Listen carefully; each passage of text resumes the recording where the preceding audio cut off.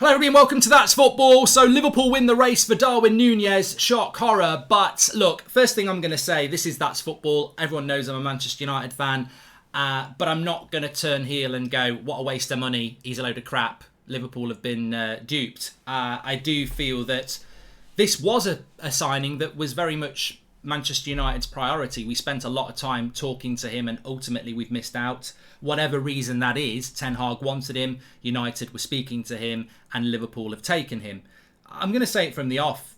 Man United have got no right to beat Liverpool anymore in a transfer race. We had our time where we would expect to do that and we don't. I mean, we didn't get Mane a few years ago when Liverpool weren't that good in the early days of Klopp. Mane chose Liverpool over Manchester United. So what chance have we got now when Liverpool are consistently fighting for titles, they're consistently getting to Champions League finals, they've got one of the best managers in the world and one of the best footballing sides in the world. All Ten Hag can do is offer a dream, whereas Klopp can offer a reality. On top of that, you've got Liverpool's negotiation team, which is elite and seem to be able to go and get deals done very quickly. When you're doing things like that quickly, it means you're a very attractive, knowledgeable and efficient transfer negotiation team, and United are the opposite of that over the last 9 years. I'm not saying that Manchester United can't become attractive. I'm not saying that our transfer negotiation system can't become better. But right here, right now, what right would you expect Darwin Nunez to pick Manchester United over Liverpool?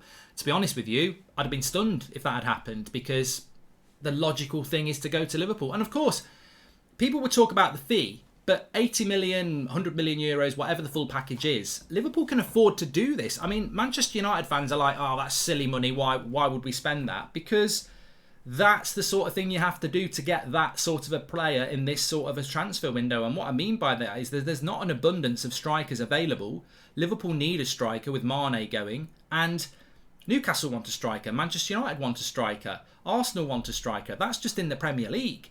Not to forget Europe. So Real Madrid are probably still looking at a striker because they didn't get Haaland. So you're going to pay a premium when it's like Christmas Eve, isn't it? And your kid wants a certain toy and there's only 3 left and everybody wants it. Or a house you want to buy and everyone wants it. You're not going to get it cheap and you're not going to get it at value. You're going to have to pay a little bit more. I think that's what Liverpool have done. They've gone, this is the player for us. Let's go and get him. And also, let's not forget, Liverpool, with the success they've had and the success they're going to have, are they not just spending the fruits of their labour? Manchester United, we don't have an infinite budget and we're not successful and we're not making money. So we probably need to be negotiate. I mean, I think Manchester United were negotiating that deal around 60 million and then Liverpool came in and went, there's 80. And United are like, we can't do that, which we can't. But Liverpool can. Liverpool probably won't buy anybody else. Or if they do, it will probably be a couple of 20, 30 million pound players that turn into 100 million pound players. I'm not a Liverpool fan, but I don't see what the problem is with Liverpool spending a lot of money. They spent £75 million on Van Dijk. That didn't work out badly, did it? So Liverpool can have got the money to do that, and they obviously see a player there that's really going to fit their system. I saw the interview with Van Dijk saying that when he played against Nunez, he was a nightmare. Klopp has spoken openly about how good he is. So I wouldn't worry as a Liverpool fan in relation to the price. I would trust your manager and your scouting department and just put it down to the fact that it's supply and demand. There's not a lot of top strikers available.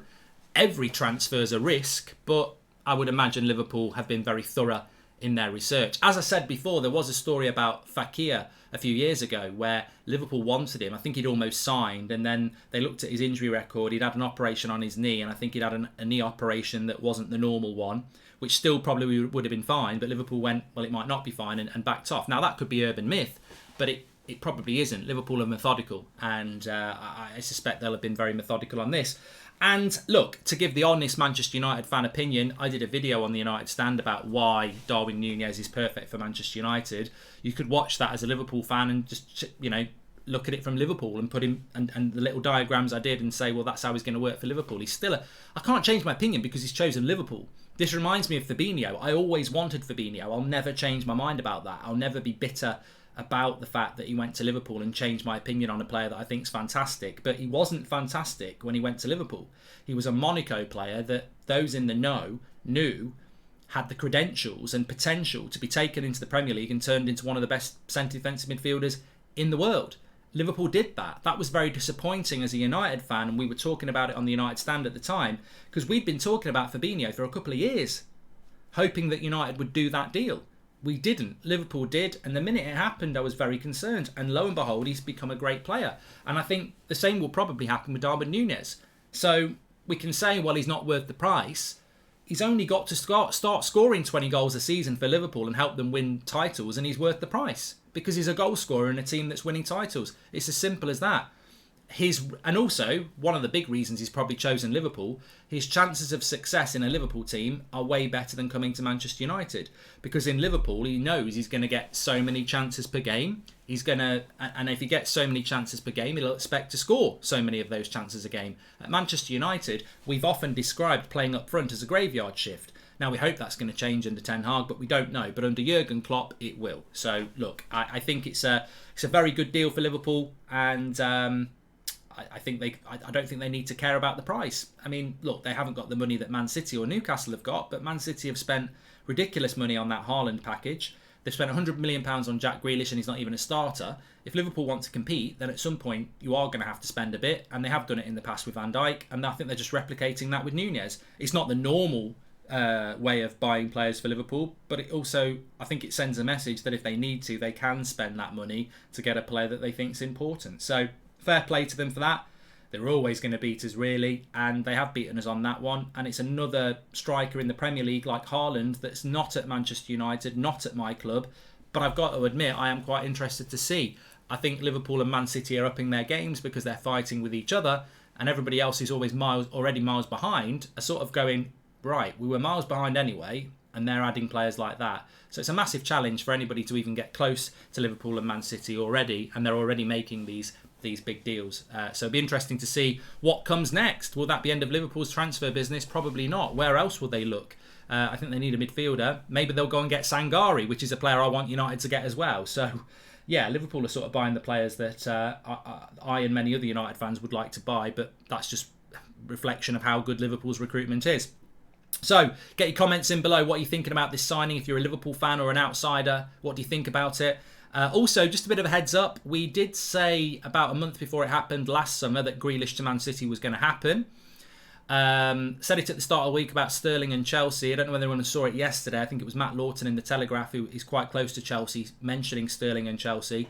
So let's see if that info is correct, because we were told a few days ago that Sterling to Chelsea is going to happen. So let's see if that happens. And remember, I did say on the Champions League final watch-along, I'd been told that Liverpool and Nunez had done a deal. Not with Benfica at that point, but between the player and the club. Looking at it, that was very accurate as well. So let's wait and see. But Nunez to Liverpool, yeah, I'm not going to say well done. I think I already did. But yeah, obviously I'm not happy about it. But it is the way it is. It's where Man United are at the moment. And that's why we've got Ten Hag to try and start making us a more attractive club. Thanks everyone for watching. Make sure you subscribe, bottom right hand corner, smash a like on the video, and I'll speak to you soon. And leave your comments in below.